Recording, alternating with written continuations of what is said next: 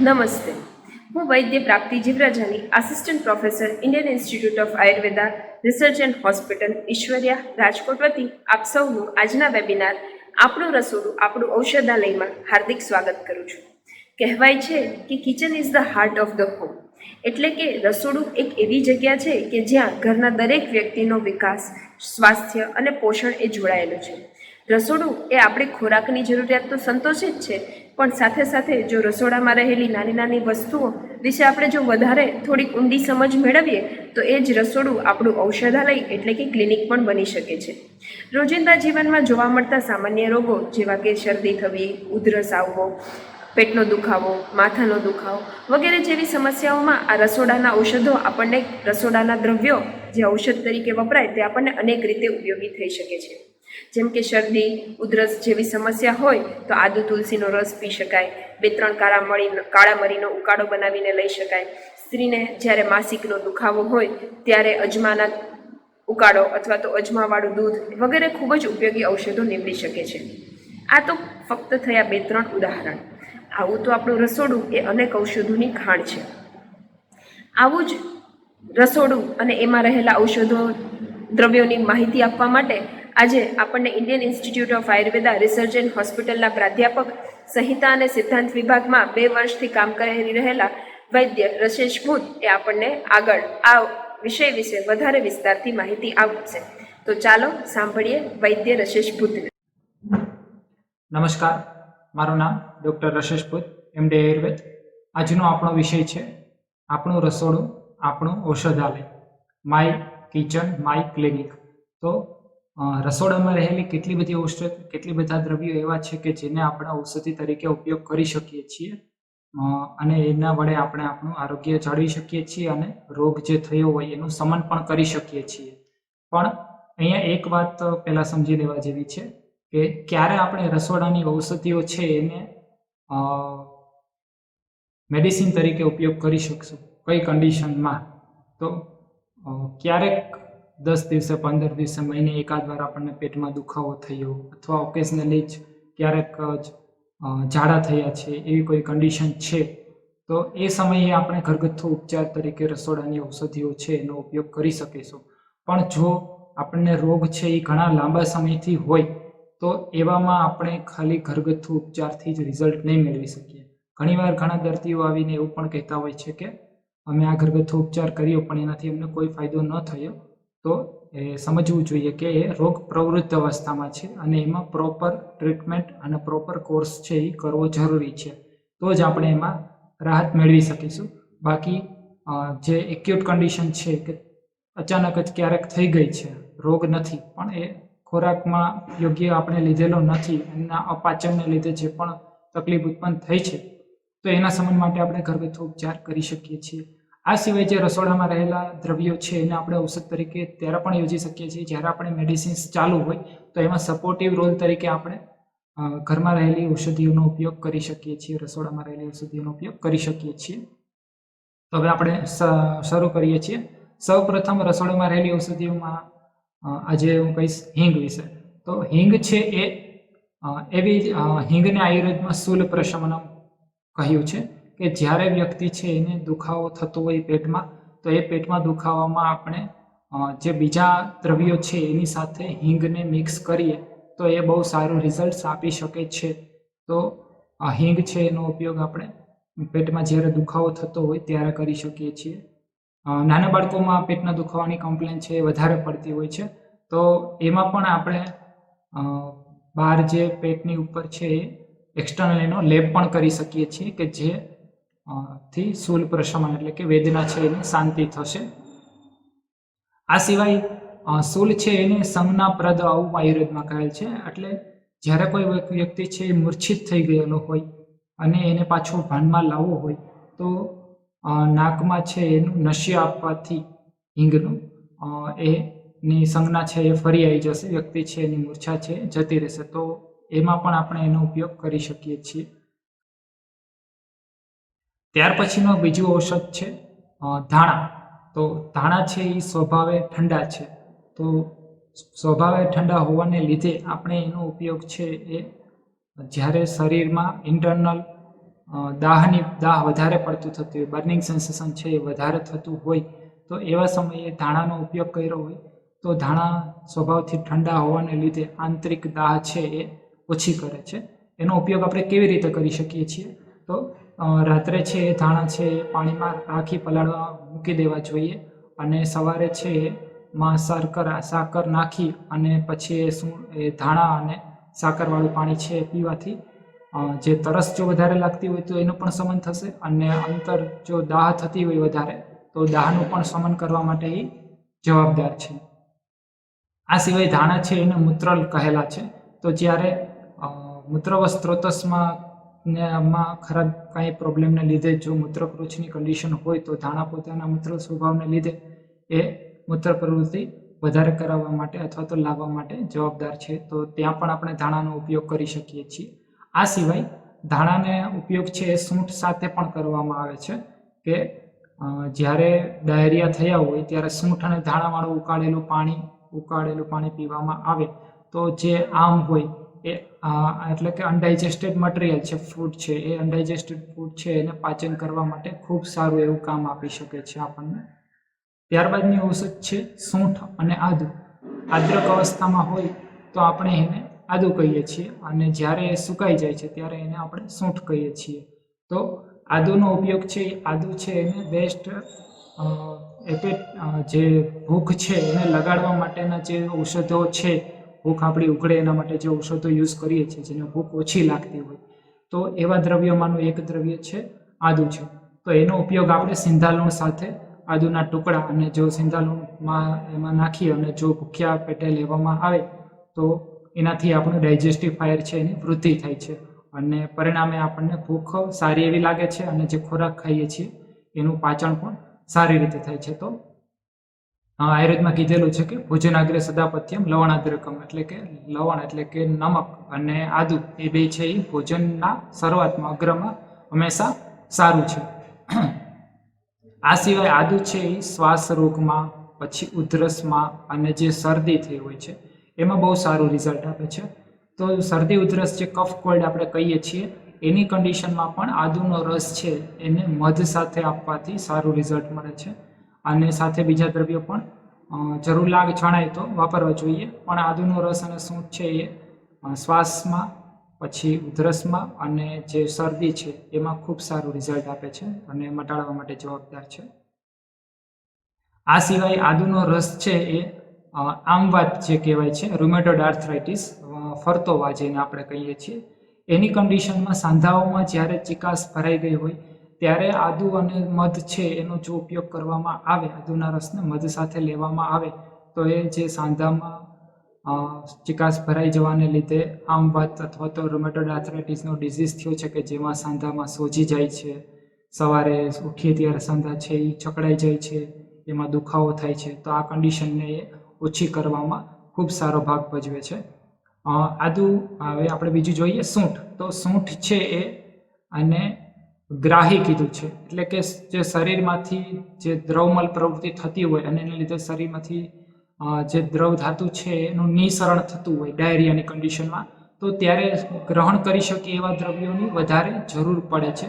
તો ત્યારે આપણે ગ્રાહી ઔષધ છે એ યુઝ કરવા જોઈએ. આ સિવાય જે સૂંઠનો ઉપયોગ છે એ આપણે શ્વાસની કન્ડિશનમાં, ઉધરસની કન્ડિશનમાં પણ એને વાપરી શકીએ છીએ. સૂંઠ છે એ આમ પાચન કીધું છે. આમ એટલે કે જે અનડાઇજેસ્ટેડ મટીરિયલ છે, અગ્નિ છે એ પૂરું સક્ષમ નથી ખોરાકને પચાવવા માટે, એના ફળ સ્વરૂપે જે પણ અનડાઇજેસ્ટેડ મટીરિયલ છે જે વધ્યું છે એને આપણે આમ સંજ્ઞાવ્યું આપેલું છે. તો એ જે ડાયજેસ્ટ નથી થયેલો ખોરાક છે એને પાચન માટે, આમ પાચન માટે સૂંઠ છે, સૂંઠવાળું પાણી છે અથવા તો સૂંઠ છે એ બહુ સારું કામ આપે છે. જે અનડાઇજેસ્ટેડ ફૂડ છે એને લીધે જ ઘણીવાર ડાયરિયા થતા હોય છે.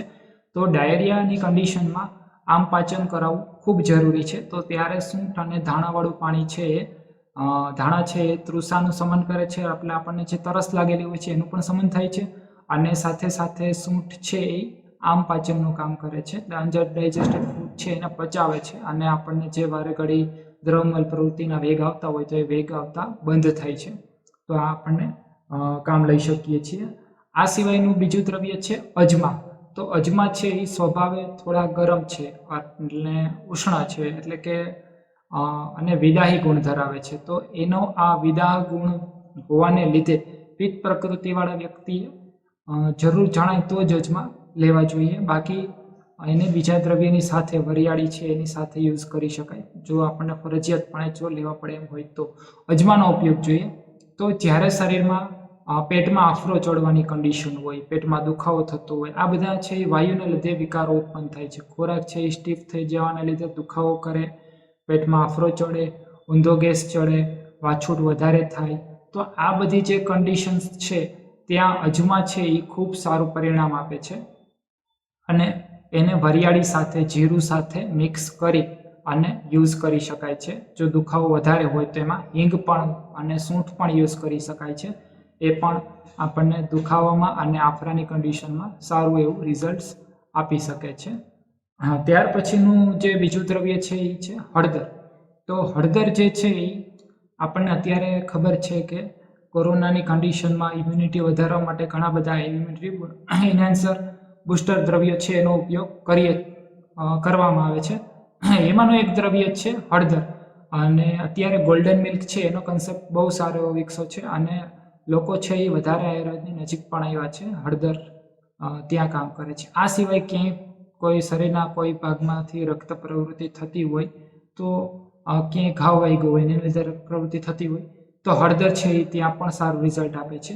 આ સિવાય બીજો હળદરનો સૌથી મોટો ઉપયોગ આયુર્વેદમાં કરેલો હોય તો એક છે એલર્જીક કન્ડિશન છે, ખંજવાળ આવતી હોય તો ત્યાં હરિદ્રા ખંડ કરીને મળે છે, તેનો ઉપયોગ કરવામાં આવે છે. આ સિવાય હળદર છે એ સૌથી વધારે પ્રમેહ એટલે કે પ્રમેહ અથવા તો મધુમેહ અથવા તો જેને આપણે ડાયાબિટીસ કહીએ છીએ લોકલ ભાષામાં, તો એ જે ડાયાબિટીસ છે એ મધુમેહના દર્દી માટે હળદર છે એ ખૂબ સારી છે. એને જો આમળાના સાથે લેવામાં આવે, આમળા અને હળદરનો પાવડર લેવામાં આવે તો એ પ્રમેહમાં જે ડાયાબિટીસની કન્ડિશન છે એમાં ઘણા બધા સારા રિઝલ્ટ્સ આપી શકે છે. આ સિવાય હળદર છે એને પ્રમેહમાં આપણે મધની સાથે પણ ઉપયોગ કરી શકીએ છીએ, કારણ કે જે ડાયાબિટીસ છે એમાં કફ અને મેદ આ બે ધાતુ છે એની વધારે પડતી વૃદ્ધિ થઈ હોય છે, એટલે મધ છે એમાં સારું કામ આપે છે. એટલે આપણે હળદર છે એને મધની સાથે લઈએ તો એ ઘણું સારું રિઝલ્ટ એમાં આપણે ઘરગથ્થુ ઉપચાર તરીકે શરૂઆતના સ્ટેજમાં અથવા તો મેડિસિન્સ ચાલતી હોય તો એમાં સપોર્ટિંગ રોલ તરીકે આપણે એનો ઉપયોગ કરી શકીએ છીએ. ત્યારબાદ રસોડામાં ડેરી પ્રોડક્ટ્સનો પણ ઉપયોગ આપણે કરતા હોઈએ છીએ. તો એમાં સૌ પ્રથમ જો અગ્ર હોય તો એ છે દૂધ. તો દૂધ જે છે એ એમાં આપણે ખબર છે કે ગાયનું દૂધ છે, ભેંસનું દૂધ છે એ વધારે પડતો ઉપયોગ થતો હોય છે બાકીના બીજા દૂધ કરતાં. તો ગાયનું દૂધ છે એને પ્રવરમ જીવનીય નામ કરીને આયુર્વેદમાં કહેલું છે, એટલે કે જે પણ દ્રવ્ય છે જીવનને ટકાવી રાખવા માટે જરૂરી છે એટલા જે પણ આહાર વિહાર છે એમાં સૌથી શ્રેષ્ઠ જો કોઈ હોય તો એ છે ગાયનું દૂધ. ઓકે. અને શરીરમાં ઇમ્યુનિટી આપણે જે બધી ધાતુનો સાર ભાગ છે એને ઓજ કહીએ છીએ, એ ઓજને વૃદ્ધિ કરનાર છે એ દુગ્ધ છે. દૂધ છે ગાયનું અને ઓજ છે એ સમાન ગુણધર્મ ધરાવે છે, જેથી કરીને એ ઓજની વૃદ્ધિ કરે છે અને ઇમ્યુનિટીને વધારવા માટે આપણને ફાયદાકારક છે. ત્યારબાદનું બીજું છે એ ભેંસનું દૂધ છે. તો ભેંસનું દૂધ છે એ ગાયના દૂધ કરતાં ગુરુ છે અને સ્વભાવમાં ઠંડુ પણ વધારે છે. અને ભેંસના દૂધનું આપણે થેરાપ્યુટિક યુઝ જો કરવું હોય તો એ અનિદ્રાના માં કરી શકીએ છીએ, કે કોઈને ઊંઘ બરાબર રીતે ન આવતી હોય, ઓછી આવતી હોય તો ત્યારે એ ભેંસના દૂધનો ઉપયોગ કરવામાં આવે તો ઊંઘ બરાબર રીતે આવી શકે છે. હા, ભેંસના દૂધનો ઉપયોગ કરવા છતાં પણ જો ઊંઘમાં ફેરફાર ન થાય તો એનું કારણ જાણી અને એને અનુરૂપ ટ્રીટમેન્ટ કરવી જરૂરી છે. પણ ફર્સ્ટ લાઇન ઓફ ટ્રીટમેન્ટ તરીકે અથવા તો શરૂઆતના સ્ટેજમાં આપણે અથવા તો સપોર્ટિવ રોલ તરીકે બીજા દ્રવ્યની સાથે ભેંસના દૂધનો આપણે ઉપયોગ કરી શકીએ છીએ. આ સિવાય ભેંસનું દૂધ છે એ વધારે ભારે છે પચવામાં, તો જે લોકોને વારે ઘડી અગ્નિ છે એ બહુ સારી હોય, ડાયજેસ્ટિવ ફાયર છે એ ખૂબ સારો હોય અને વારે ઘડી જે પણ ખાય એ ખોરાક પચી જાય અને તરત એને જેને ભૂખ લાગી રાખતી હોય, બહુ વધારે પડતી ભૂખ જેની વધારે હોય તો એને જ્યારે ઓછી કરવી હોય, અત્યગ્નિની સ્થિતિ હોય તો એમાં પણ આપણે ભેંસના દૂધનો ઉપયોગ છે એ કરી શકીએ છીએ. ત્યાર પછી છે બકરીનું દૂધ. તો બકરીના દૂધની ન્યુટ્રિશનલ વેલ્યુ કરતાં જે થેરાપેટિક વેલ્યુ છે એ ઘણી વધારે છે અને આપણે એના ઘણા બધા રોગમાં આયુર્વેદમાં બકરીના દૂધનો ઉપયોગ કરવામાં આવેલો પણ છે. જ્યારે રક્તપિત્ત એટલે કે શરીરના કોઈ પણ ભાગમાંથી રક્તની પ્રવૃત્તિ થવી ત્યારે એ જે રોગ છે એમાં આપણે બકરીના દૂધનો ઉપયોગ કરી શકીએ છીએ. બકરીનું દૂધ છે એ કષાય રસ પ્રધાન છે, મધુર છે અને ગ્રાહી છે. ઓકે, તો એના આ ગુણને લીધે પિત્તથી વિરોધી પ્રકારનું છે. તો એને લીધે આપણે ગ્રાહી ગુણને લીધે રક્ત પ્રવૃત્તિ છે એ અટકાવવા માટે જવાબદાર છે. ડાયરિયા છે, જો કોઈ દર્દી છે એને ડાયરિયા છે એ રક્ત સાથે થતા હોય, ડાયરિયામાં મલ પ્રવૃત્તિમાં રક્ત પણ જો આવતું હોય, બ્લીડિંગ થતું હોય, તો ત્યારે આપણે જો બકરીના દૂધને એનીમાં આપીએ અથવા ઇન્ટરનલી આપણે પીએ બકરીનું દૂધ, તો એ દર્દીને મટાડવા માટે રક્ત અતિસાર છે એ મટાડવા માટે ખૂબ સારું કામ આપી શકે છે. ત્યારબાદનું બીજું છે એ જે દૂધ છે એ ઊંટડીનું દૂધ. આપણે અહીંયા એટલો બધો યુઝ નથી થતો, પણ એરેબિયન કન્ટ્રીઝ કે જ્યાં ઊંટ છે એની માત્રા વધારે છે તો ત્યાં ઊંટડીના દૂધનો ઉપયોગ વધારે થતો હોય છે. તો એની પણ થેરાપેટિક વેલ્યુ છે એ ઘણી વધારે છે. કે આયુર્વેદમાં ઉદર રોગ કીધો છે કે પેટને લગતા રોગો છે, તો એમાં ઊંટડીના દૂધનો ઉપયોગ છે એ બહુ સારા પ્રમાણમાં કરેલો છે. આ સિવાય જે હરસમસા છે એમાં પણ આપણે એનો ઉપયોગ કરી શકીએ છીએ. પછી શરીરમાં કોઈ પણ જગ્યાએ સોજો આવેલો હોય તો એ સોફની કન્ડિશનમાં પણ આપણે ઊંટડીના દૂધનો ઉપયોગ કરી શકીએ છીએ. આ સિવાય ગ્રહણી રોગ કીધો છે કે જ્યારે મલ પ્રવૃત્તિ છે એ ક્યારેક બંધાઈને ઝાડો આવતો હોય અને ક્યારેક છે એ ઢીલો ઝાડો આવતો હોય, એ કન્ડિશનમાં પણ આપણે એનો ઉપયોગ કરી શકીએ છીએ. દૂધ પછીનું બીજું જે દ્રવ્ય છે કે જેનો આપણે ઉપયોગ કરતા હોઈએ વધારે, એ છે જમવાની સાથે છાશ લેતા હોઈએ છીએ. તો એને આયુર્વેદમાં તક્ર એવું કીધું છે. તક્ર માટે એવું કહેવાય છે કે જેવી રીતે ઇન્દ્ર છે અથવા તો જે ઇન્દ્ર સમાન દેવતા છે એની માટે જેવી રીતે અમૃત છે, એવી રીતે દેવલોકમાં લોકો માટે છાશ બનેલી છે. આ એના માટે એક મુહાવરો આપેલો છે આયુર્વેદમાં. તો એ એનું મહત્વ દર્શાવે છે. છાશ છે એ પેટને લગતા કોઈ પણ વિકારો ઉત્પન્ન થયા હોય તો એમાં સપોર્ટિવ રોલ તરીકે પણ સારો ભાગ ભજવે છે. અને છાશને આપણે મેડિસિન્સ તરીકે પણ ઉપયોગ લઈ શકીએ છીએ. છાશમાંથી અરિષ્ટ બનાવવામાં આવે છે જેને તકરારિષ્ટ કહેવાય છે. એનો ઉપયોગ જે હરસમસાવાળા દર્દીઓ છે એમાં કરવામાં આવેલો છે. આ સિવાય જે ગ્રહણી રોગ છે કે જેમાં ક્યારેક દ્રવમલ પ્રવૃત્તિ થતી હોય અને ક્યારેક ઝાડો છે એ બરાબર બંધાઈને આવતો હોય, તો એમાં પણ વધારે તક્રનો ઉપયોગ કરેલો છે.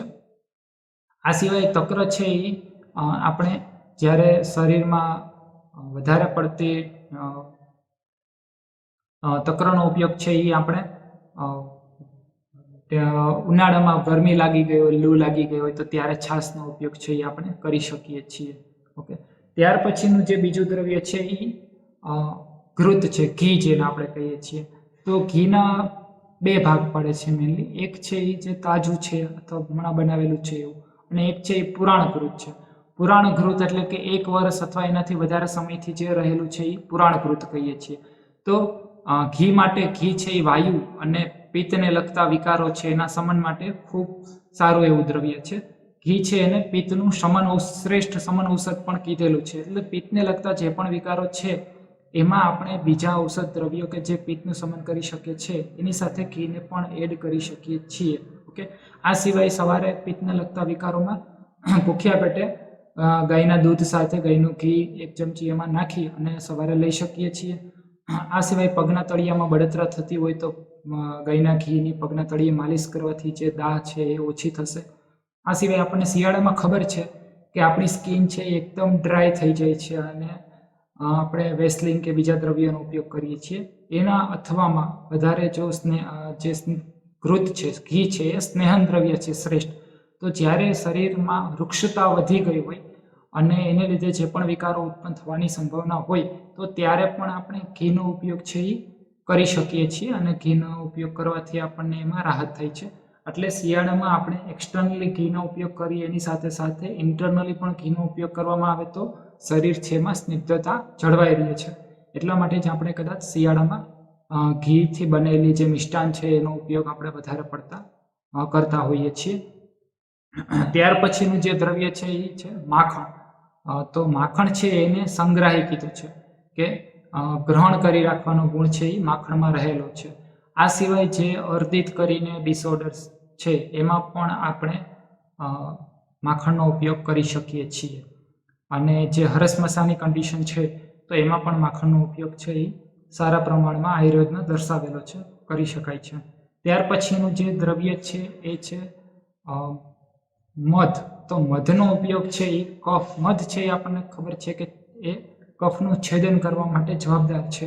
ભલે ગળ્યું અને સેજ કસાય રસ પ્રધાન હોય છે, છતાં પણ એ કફનો લગતા જે વિકારો છે એમાં જે મેડિસિન્સ આપણે વાપરીએ છીએ એમાં કફ જે મધની સાથે એને જો યુઝ કરવામાં આવે તો એ સારું રિઝલ્ટ આપે છે. આ સિવાય અગાઉ આપણે જોયું હતું કે શ્વાસ છે, ઉધરસ છે અને શરદીની કન્ડિશનમાં છે આદુનો રસ છે. તો એ આદુના રસની સાથે સાથે મધ છે એ જો યુઝ કરવામાં આવે તો એ બહુ સારું કોમ્બિનેશન બને છે અને કફને લગતા વિકારો છે એમાં બહુ સારું રિઝલ્ટ આપે છે. કફનું છેદન કરવા માટે, કફ વધારે હોય તો એને કફને બહાર કાઢવા માટે, એનું શમન કરવા માટે ખૂબ સારું ઔષધ છે. તો આટલા આપણે આજે દ્રવ્યો જોયા છે. આ સિવાય પણ મનીષ સર છે એમના માધ્યમથી પણ આપણે આ દ્રવ્યો આજે ખબર પડશે આપને, અથવા ખ્યાલ આવશે. તો એ આટલા દ્રવ્યો છે એના આપણે જો યોગ્ય રીતે ઉપયોગ કર્યો હોય તો એ રોગને મટાડવા માટે ખૂબ સારું કામ આપે છે. આ સિવાય એક વસ્તુ ધ્યાન રાખવા જેવી છે કે આપણે જે આ દ્રવ્યોનો ઉપયોગ કરીએ છીએ, ઘરગથ્થુ ઉપચાર કરીએ છીએ, એ એક અવસ્થા પૂરતો જ કરી શકીએ છીએ અથવા સપોર્ટિંગ રોલ તરીકે કરી શકીએ છીએ. ઘણા દર્દીઓ હોય છે કે ઘરગથ્થુ ઉપચાર કરે અને પછી એમ કે મેં આયુર્વેદના આ દ્રવ્યનો ઉપયોગ કર્યો પણ મને ફાયદો ન થયો, પણ ત્યારે આયુર્વેદની મેડિસિન્સ પણ સાથે લેવી પડે તો વધારે પડતો ફાયદો થઈ શકે છે. ઓકે, રોગ જો વધારે પ્રમાણમાં વધેલો હોય તો પૂરો કોર્સ કરવો, પરેજી કરવી જરૂરી છે, ત્યારે આપણને રિઝલ્ટ મળશે. ઓકે, આટલું કહી અને હું મારું વક્તવ્ય છે એ પૂરું કરું છું. આપ સૌએ મને શાંતિથી સાંભળ્યું એ બદલ આપનો ખૂબ ખૂબ આભાર. અને હું સંસ્થાના ટ્રસ્ટી મેહુલભાઈ રૂપાણી અને પ્રિન્સિપાલ મેડમ ડૉક્ટર લીનાબેન એમનો પણ હું આભારી છું. અને જે વેબિનારની જે સંપૂર્ણ ટીમ છે કે જેમના થકી આપણે આ વેબિનાર અત્યારે માણી રહ્યા છીએ, તો એ સંપૂર્ણ ટીમનો હું આભાર વ્યક્ત કરું છું. ખૂબ ખૂબ આભાર વૈદ્ય રશેષ ભૂત, અમને આ વિશે ખૂબ જ સુંદર માહિતી આપવા બદલ. એમના વક્તવ્યમાં આપણે સાંભળ્યું કે અલગ અલગ પ્રાણીઓના દૂધના ઉપયોગ આપણે કઈ કઈ જગ્યાએ કરી શકીએ છીએ, માખણ કઈ રીતે ઉપયોગી છે, ઘી કઈ રીતે ઉપયોગી છે, આદુ અને સૂંઠ છે કઈ જગ્યાએ આપણે વાપરી શકીએ છીએ. આવી અનેક ઉપયોગી માહિતી આપવા બદલ આપણે વૈદ્ય રશેષ ભૂતનો ખૂબ ખૂબ આભાર માનીએ. હવે આ જ સંસ્થાના બીજા પ્રાધ્યાપક એવા દ્રવ્યગુણ વિભાગના વૈદ્ય મનીષ પમનાનીને આપણે આ વિષય માટે સાંભળીશું. તો ચાલો સાંભળીએ वैद्य मनीष पमनानी. नमस्ते.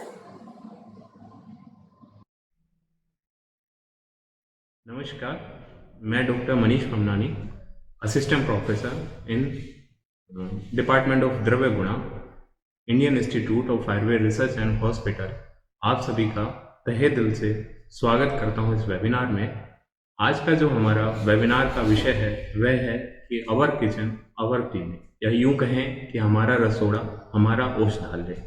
कि किस प्रकार किचन में जो विभिन्न द्रव्य हैं वह आहार निर्माण के साथ साथ हम स्वास्थ्य के संरक्षण हेतु एवं आरोग्य प्राप्ति हेतु किस प्रकार हम उन द्रव्यों को यूज कर सकते हैं, आज हम उसके बारे में इस वेबिनार में जानेंगे.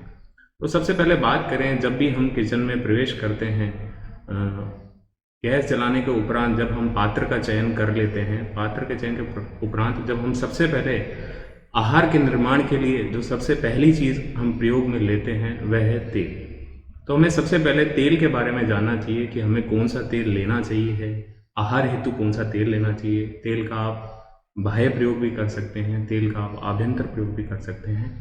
तो कौन सा तेल मुख्यतः हम लें आहार हेतु, तो मेनली अगर तेल की बात करें तो तिलस्य विकारम तेलम कहा गया है. यानी कि जो तेल है वह तिल की विकृति से बना है. यानी कि तेल की व्युत्पत्ति की बात करें तो वह तिल से ड्राइव्ड हुआ है. अन्य सभी प्रकार के तेल भी इसी प्रकार उत्पन्न होने के कारण उन्हें तेल की संज्ञा प्रदान की गई है. और कहा भी गया है हमारे शास्त्रों में कि सर्वेषां तेल जाता नाम तिल तेलम विशेष्यते, यानी कि सभी प्रकार की तेल की जातियों में तिल तेल सर्वश्रेष्ठ है। इसका बलार्थ के लिए यानी कि बल्लेख प्रयोग के हेतु, बलवर्धन के लिए एवं स्नेहन हेतु आप तिल तेल का प्रयोग कर सकते हैं। इस तिल तेल का प्रयोग हम बाह्य तथा आभ्यंतर प्रयोग के रूप में हम यूज़ कर सकते हैं। अगर हम इसका बाह्य, जैसे हम बालों में अगर तिल तेल लगा रहे हैं तो वह केश्य है, यानी बालों के लिए हितकर है, नेत्र के लिए हितकर है, तथा अन्य विभिन्न प्रकार की जो शिर, श्रोत्र या फिर कहें संपूर्ण ऊर्ध्वांग की जो भी व्याधियां हैं उन सभी में ये हितकर होता है। जैसे त्रिशूल का नाश करेगा, अक्षी से संबंधित विभिन्न प्रकार की व्याधियां हैं उनका भी ये नाश करता है। इसके अतिरिक्त हम बात करें कि आभ्यंतर, यदि हम अन्नपान संस्कार आदि में तिल तेल का यदि हम प्रयोग करते हैं तो ये तिल तेल भग्न आदि जो विभिन्न प्रकार के फ्रैक्चर्स हैं उन सभी में ये हमें हेल्प करता है और भी विभिन्न प्रकार की व्याधियों में उपयोगी है। इसके उपरांत बात करें तिल तेल के बाद, यदि हम दूसरे नंबर पे अगर किसी तेल को लेते हैं, बहुतायत रूप से प्रयोग करते हैं, तो वह है सारसप तेल या फिर कहें सरसों का तेल। सरसों का तेल जनरली हमारे शास्त्रों में सरसों के तेल के संदर्भ में कहा गया है कि ये कंडू, कोट, विभिन्न प्रकार के त्वक विकार में जब आप इसका सरसप तेल का जब आप अभ्यंग, प्रधेय, प्रलेप आदि करते हैं तो ये सारसप तेल विभिन्न प्रकार के त्वक विकारों को नाश करने में उपयोगी सिद्ध होता है। इसके अतिरिक्त बात करें, जो सारसप तेल है वह कफ, मेद, वात, अर्श आदि का नाश करता है तथा क्षय रोग कण से संबंधित रोगों में भी सारसप तेल को हम प्रयोग कर सकते हैं। इसके अतिरिक्त जो राई के तेल के गुणकर्म हैं वह भी सारसप तेल या सरसों के तेल के गुणकर्म के समान ही राई के तेल के गुणकर्म हैं। हमारे यहाँ सौराष्ट्र क्षेत्र में मेनली आहार के रूप में हम बिनोले के बीज का तेल या फिर कपास के बीज का तेल हम यूज़ करते हैं।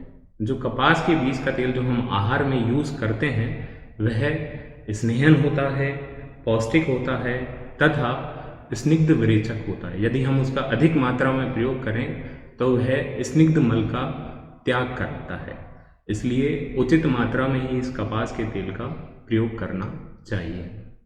इसके उपरांत अन्य तेलों की अगर हम बात करें जो चिकित्सा की दृष्टि से महत्वपूर्ण है पर आहार या फिर हम रसोड़े में उनका प्रयोग नहीं करते, जैसे एरेंड का तेल हुआ, चा अग्रम एरेंडम तू विरेचने करके हमारे शास्त्र में कहा गया है कि जो एरेंड का तेल है वह विरेचन में जनरली उपयोगी होता है। एज ए लैक्सेटिव आप उसको यूज़ कर सकते हैं, या फिर कटिग्रह, स्तब्धता या फिर कमर की जकड़न, इन सभी में, या फिर क्रॉनिक कॉन्स्टिपेशन, सीवियर कॉन्स्टिपेशन हो तो उसमें भी आप एरेंड तेल को यूज़ कर सकते हैं।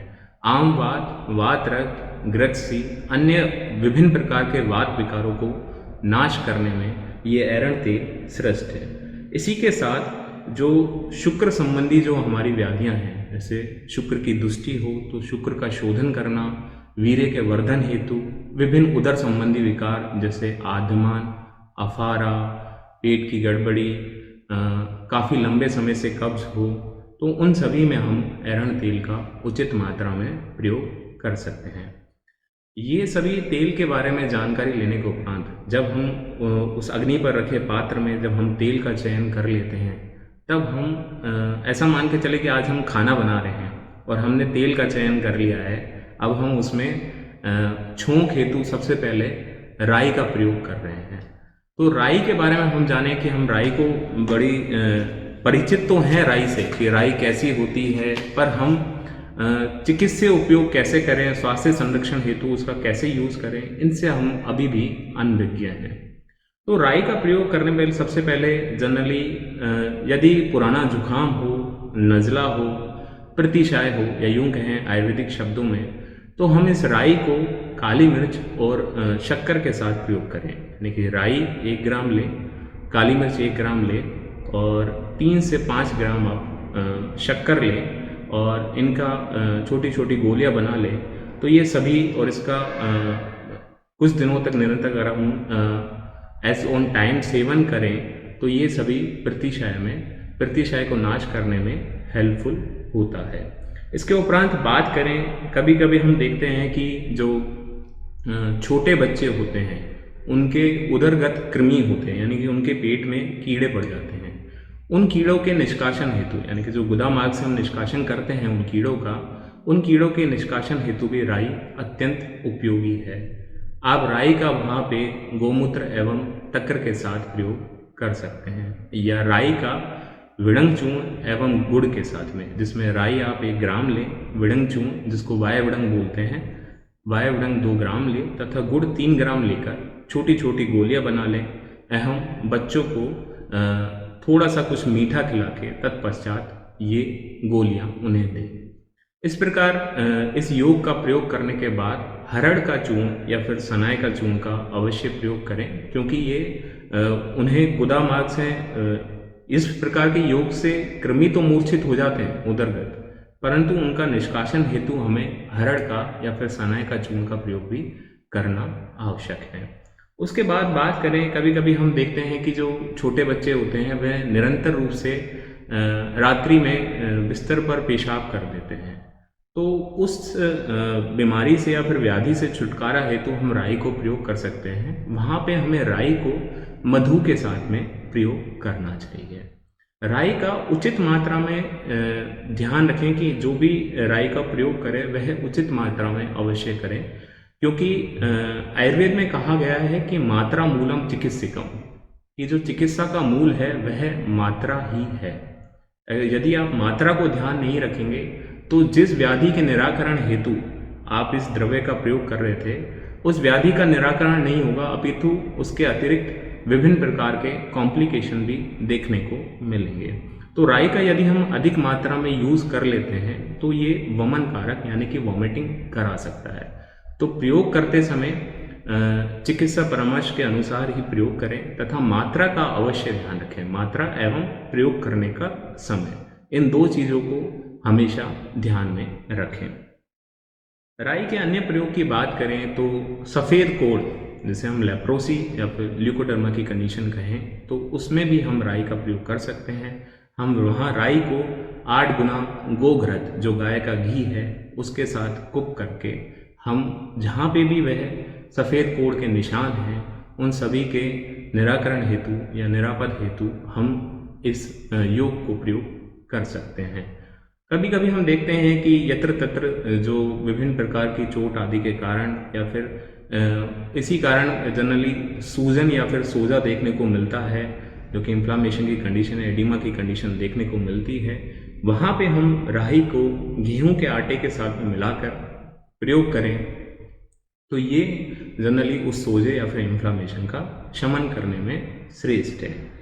अब हम राई का आहार के निर्माण में हम तेल का चयन कर चुके हैं, राई का भी छोंक दे चुके हैं। अब राई का छोंक देने के उपरांत हम जीरक का प्रयोग कर रहे हैं, हम जीरे का प्रयोग करते हैं, जिसे गुजराती में जीरू कहते हैं। सामान्य भाषा में अगर आयुर्वेद शास्त्रों के अकॉर्डिंग देखा जाए तो ये जीरा 3 प्रकार का होता है। ये जो जीरा है ये 3 प्रकार का है। ये श्वेत जीरक है, सबसे पहले सफ़ेद जीरा। जीरा शब्द से सफ़ेद जीरे का ही प्रयोग किया जाता है। इसके उपरांत कृष्ण जीरक या जिसे स्याह जीरा या काला जीरा या अन्य पर्याय अगर हम देखें, डिफरेंट सिनोनिम्स की बात करें तो इसे सुगंध, उद्गार शोधन या दंत शोधन भी आयुर्वेदीय संहिताओं में कहा जाता है। उद्गार शोधन और दंत शोधन का तात्पर्य है कि उद्गार का मीनिंग है डकार, जो कभी कभी हम देखते हैं कुछ पेशेंट्स होते हैं जिनको रिपीटेटिव इंडाइजेशन रहता है, जिसके कारण वह बार बार यत्र तत्र डकारे लेते रहते हैं और वो उसके कारण GERD की कंडीशन देखने को मिलती है। तो उन सभी कंडीशंस में जहाँ ये स्थिति आमाशय संबंधी स्थिति हो या आमाशय के विभिन्न प्रकार के विकार हो, उन सभी में काला जीरा अत्यंत उपयोगी है। उसके उपरांत बात करें दंत शोधन, दंत संबंधी विकार में भी हम काला जीरा का यूज़ कर सकते हैं। इसके साथ में जो तीसरा जीरा है वह कलौंजी है, जिसको हम उपकुंची का कहते हैं, जो अचार आदि में हम यूज़ करते हैं। तो यहाँ पे बात करें सबसे पहले जीरक के प्रयोगों की, जीरक को हम कैसे कैसे आहार के निर्माण में तो हम निरंतर प्रयोग कर रहे हैं, हम स्वास्थ्य संबंधी कैसे उसको उपयोग में लें। यदि ज्वर हो तो वहाँ पे हमें जीरक का चूर्ण, गुड़ या फिर गिलोय स्वरस के साथ में हमें यूज़ करना चाहिए। ये ज्वर के शमन के लिए श्रेष्ठ है। आप जीरक का चूर्ण लें तथा उसमें गुड़ मिला लें तो ये ज्वर का शीघ्र ही शमन कर देगा। हम देखते हैं कि कुछ पेशेंट्स होते हैं जिनको अम्ल पित्त या हाइपर एसिडिटी की कंडीशन रहती है, इंडाइजेशन रहता है, कंटिन्यू कॉन्स्टिपेशन रहता है और हाइपर एसिडिटी या गैस्ट्राइटिस की कंडीशन रहती है। तो वहाँ पे हमें इस जीरक को धनिया के साथ में सम मात्रा में लेकर तथा ये जो आपने सम मात्रा में लिया है जीरक तथा धनिया, इससे 6 गुना या फिर 6 प्रस्त कहें, 6 प्रस्त घृत लेकर, घोघृत लेकर इसको अच्छी प्रकार से कुक कर लें।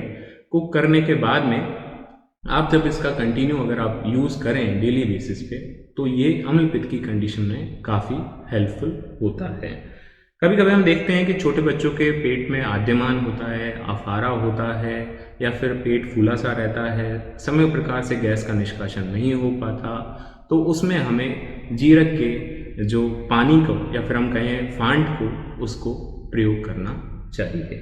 अतिसार में भी हम जीरक का प्रयोग कर सकते हैं। अतिसार में हमें दही और जीरा यानी कि कहें कि दही और जीरा एक साथ प्रयोग करना चाहिए। या रिपीटेटिव डायरिया की कंडीशन है तो आप उसमें जीरे को दही के साथ में प्रयोग कर सकते हैं।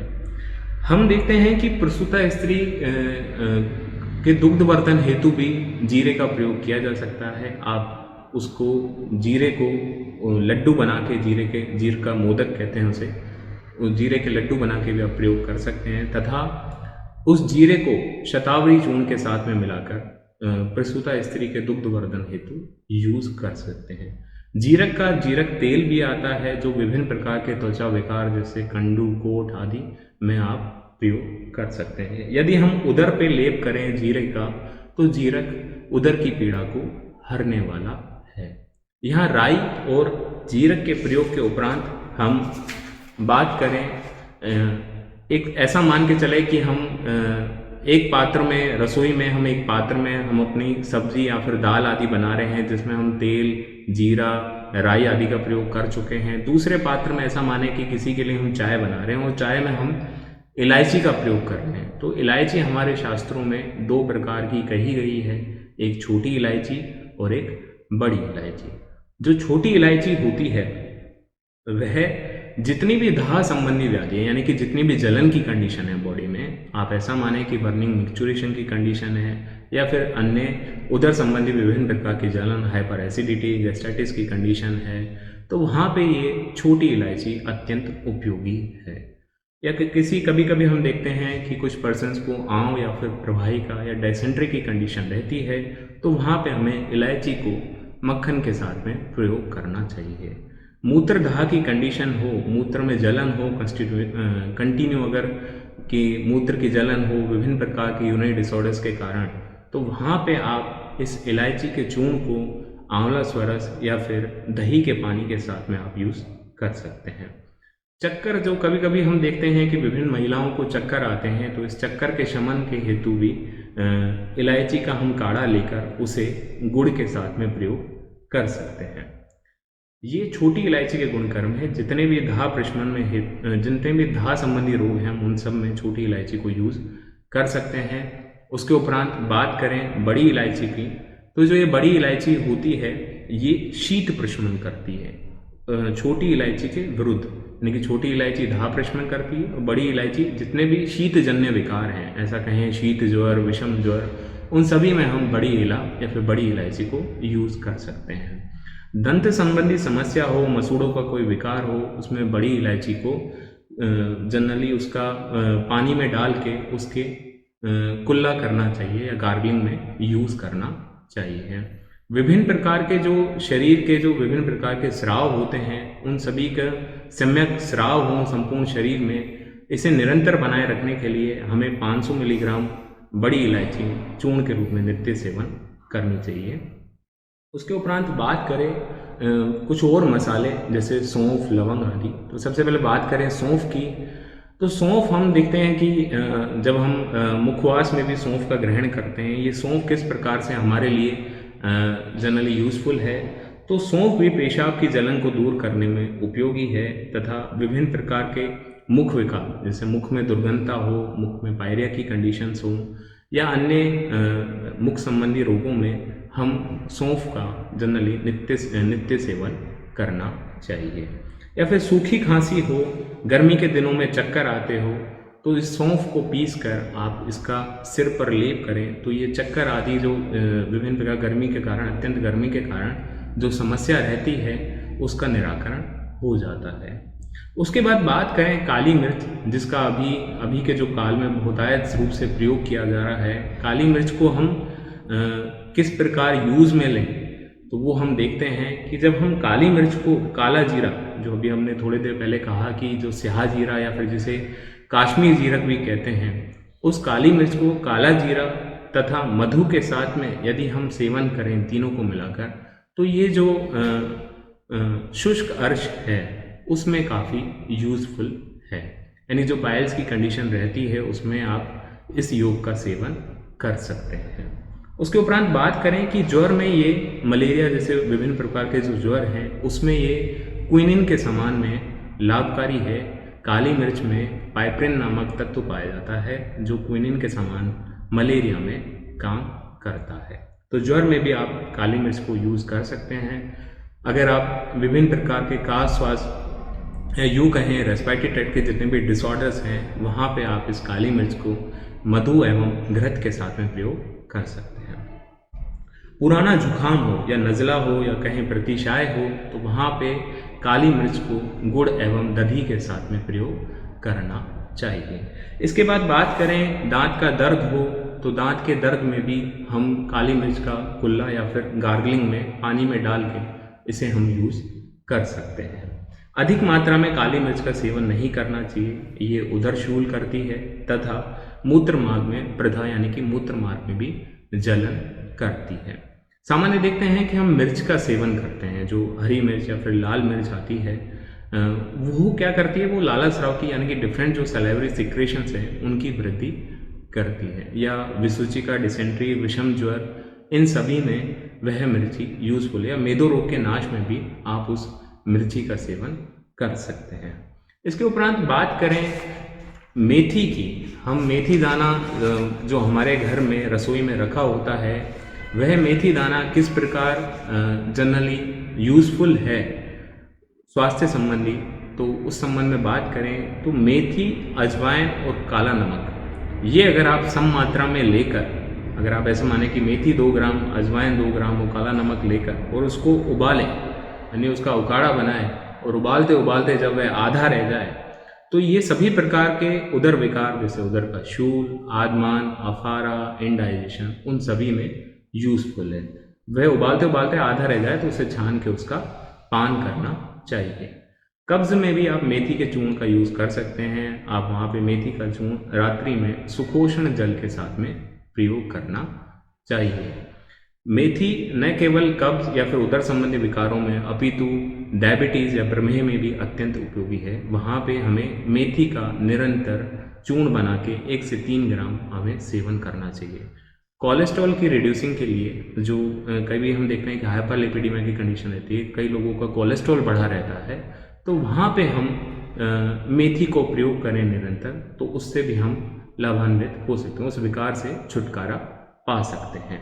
उसके ऊपर हम बात करें कि कटी शूल या कटी स्तब्धता या फिर स्तब्धता की कंडीशन हो, कमर में जकड़न रहती हो, तो वहाँ पे हमें मेथी को पीपली मूल और नेगड़ मूल के साथ में प्रयोग करना चाहिए। नेगड़ मूल तथा पीपली मूल हम मेथी सम मात्रा में लेकर उसका काढ़ा बनाकर उबालते उबालते जब वह आधा रह जाए तो उस काढ़े को पीना चाहिए। ये विभिन्न प्रकार की स्तब्धता या फिर वात विकार या फिर कहें कटी ग्रह, उन सभी से हमें छुटकारा देता है। एक योग है आयुर्वेद में चतुर्वेद चूर्ण, वहाँ पे मेथी, चंद्रशूल, काला अजाजी और जिसे हम कलौंजी कहा और यवानी, इन चारों को मिलाकर इनको पीस कर एक पाउडर बनाया जाता है जिसे चतुर्वेद चूर्ण कहा जाता है। यह चतुर्वेद चूर्ण विभिन्न प्रकार के वातिक विकार या फिर यूँ कहें जितने भी बॉडी में पेन से रिलेटेड डिसऑर्डर्स हैं या फिर डाइजेस्टिव ट्रैक्ट से रिलेटेड जितने भी डिसऑर्डर हैं, उन सभी में ये चतुर्वेद चूर्ण काफ़ी उपयोगी है। यहाँ पे हमने अभी बात किया कि विभिन्न प्रकार का जो मसाले हैं या फिर तेल के संबंध में हमने बात किया। यदि हम जिस पात्र में हमने तेल डाला था उसमें हमने छोंक हेतु जीरे या फिर राई या फिर अन्य द्रव्यों का प्रयोग किया, उसमें यदि हम दाल बनाना चाह रहे हैं तो हमारे मन में एक विषय रहता है कि हम कौन सी दाल का मुख्यतः चयन करें और किस कंडीशन में, जैसे ज्वर है, किसी को फीवर हो रखा है, तो वहाँ पे हम कौन सी दाल का चयन करें। तो बात करें यदि हम दाल का सूप पीना चाहते हैं तो दाल के सूप के लिए हमें मूंग की दाल का चयन करना चाहिए, और मूंग में भी हरा मूंग चयन करना चाहिए। मूंग विभिन्न प्रकार का आता है, उसमें हरा मूंग का चयन करें। वह हरा मूंग सभी मूंगों में श्रेष्ठ कहा गया है। उस हरे मूंग की दाल का जब आप सूप बनाएंगे तो वो सूप के लिए श्रेष्ठ है। इसके उपरांत बात करें, हमारे घर में उड़द की दाल भी रखी होती है, जिसे आयुर्वेदिक टर्म्स में माश कहा जाता है। ये उड़द की दाल ये पुंसत्व या फिर पुरुषत्व का वर्धन करती है, वीर्यवर्धक है तथा विभिन्न प्रकार के वात विकार का नाश करने में समर्थ है। जैसे मार्केट का एक फॉर्मुलेशन माश बलादी तेल आता है, वह माश यानी कि उड़द से ही निर्मित है। और सामान्य बोलचाल में ऐसा कहा जाता है कि जो दो प्रकार के लोग की वेजिटेरियन और non vegetarian as per diet होते हैं, जैसे नॉन वेजिटेरियन पर्सनस के लिए वह मांस का सेवन करते हैं, यानी कि नॉन वेज चिकन आदि का सेवन करते हैं, वैसे ही वेजिटेरियन के लिए हमारे संहिताओं में माश करके उड़द के लिए कहा गया है कि वह पुंसत्व को बढ़ाती है, वह ब्रूहण करती है, वह बल्य है, वह बलवर्धक है तथा वात का नाश करता है। इसके उपरांत बात करें कि हम चौलाई वगैरह की भी दाल होती है जिसे तो या फिर राजमा वगैरह होता है, ये हाइपर एसिडिटी की कंडीशन में आप यूज़ कर सकते हैं। गैस्ट्राइटिस की प्रॉब्लम हो, बहुत ज़्यादा एसिडिक रहता हो, तो वहाँ पे राजमा या फिर चौलाई की या फिर जिसे हम चौड़ी बोलते हैं तो उसका सेवन करना चाहिए। इसी के साथ उपरांत बात करें अन्य दालों की, तो कुलथ की दाल देखते हैं हम।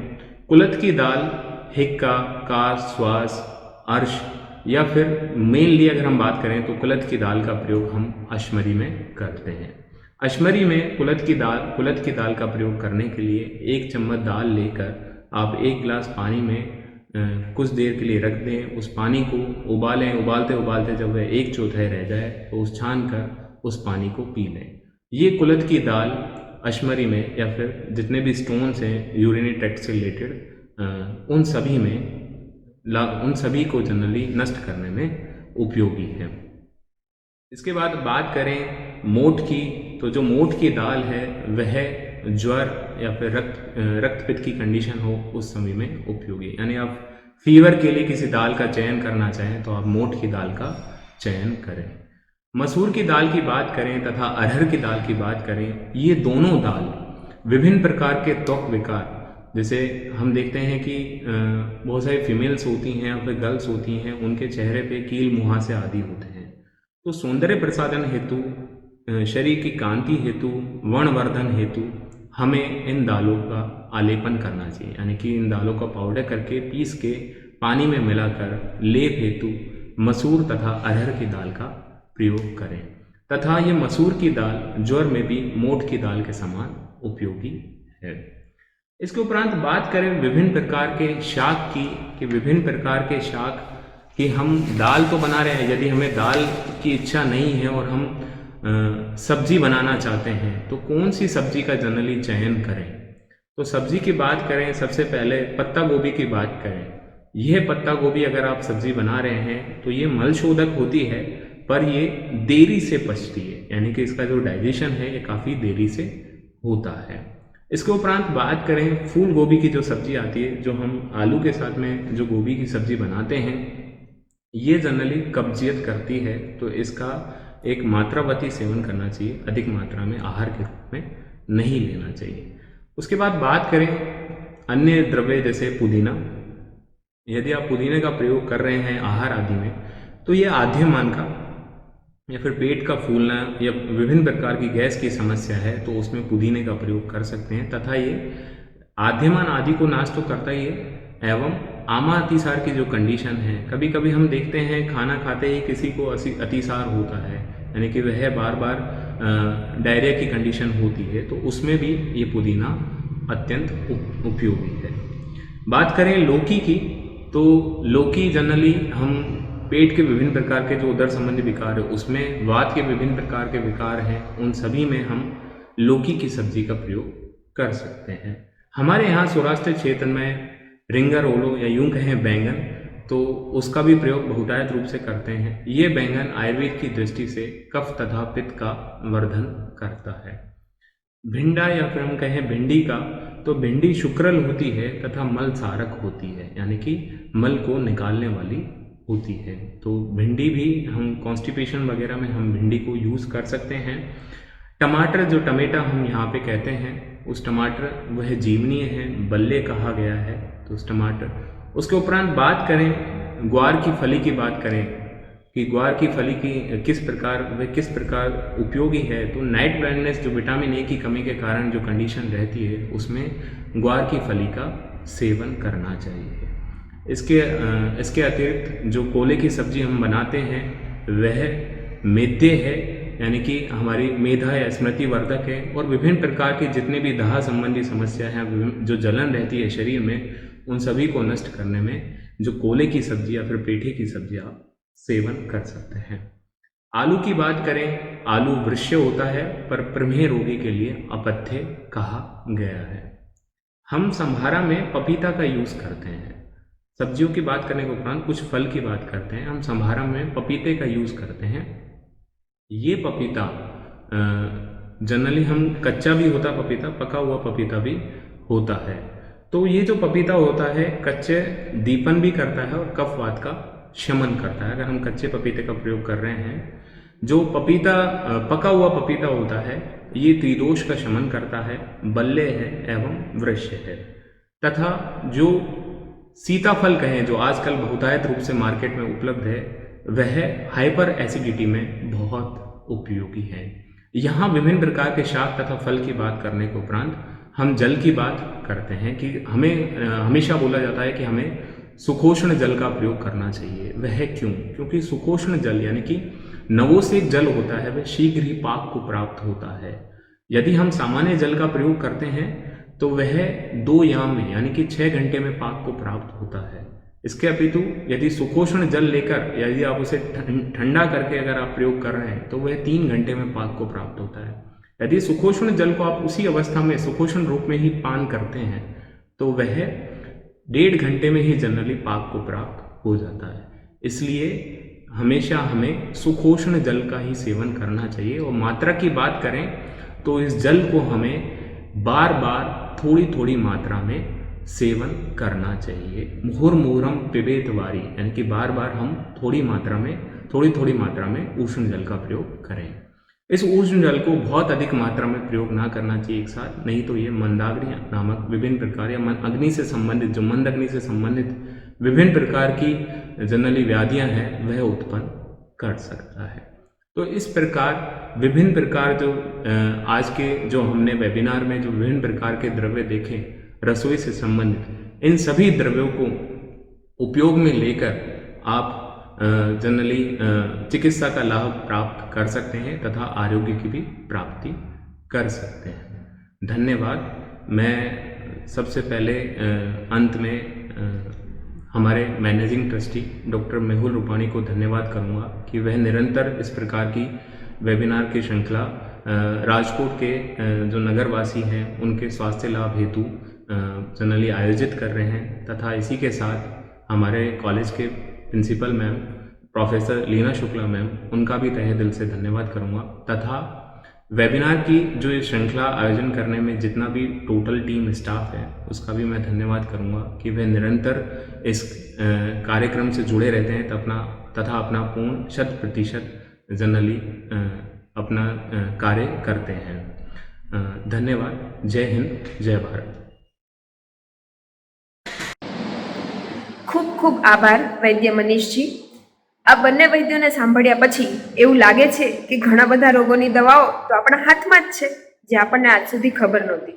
તો ચલો ચોક્કસથી આ ઔષધો આપણા રસોડાના દ્રવ્યોને ઔષધ તરીકે વાપરવાનું શરૂ કરીએ।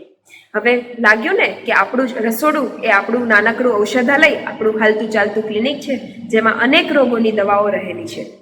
આ સુંદર વેબિનારનું આયોજન કરવા બદલ હું Indian institute of Ayurveda research and હોસ્પિટલના ટ્રસ્ટી શ્રી ડૉક્ટર મેહુલભાઈ રૂપાણી તેમજ આચાર્ય શ્રી ડૉક્ટર લીનાબેન શુક્લાનો ખૂબ ખૂબ આભાર માનું છું. સંસ્થા દ્વારા આવા વેબિનારનું વારંવાર આયોજન થતું જ રહે છે, તો એનો લાભ લેતા રહો. સ્વસ્થ રહો. જય ધન્વંતરી. નમસ્તે.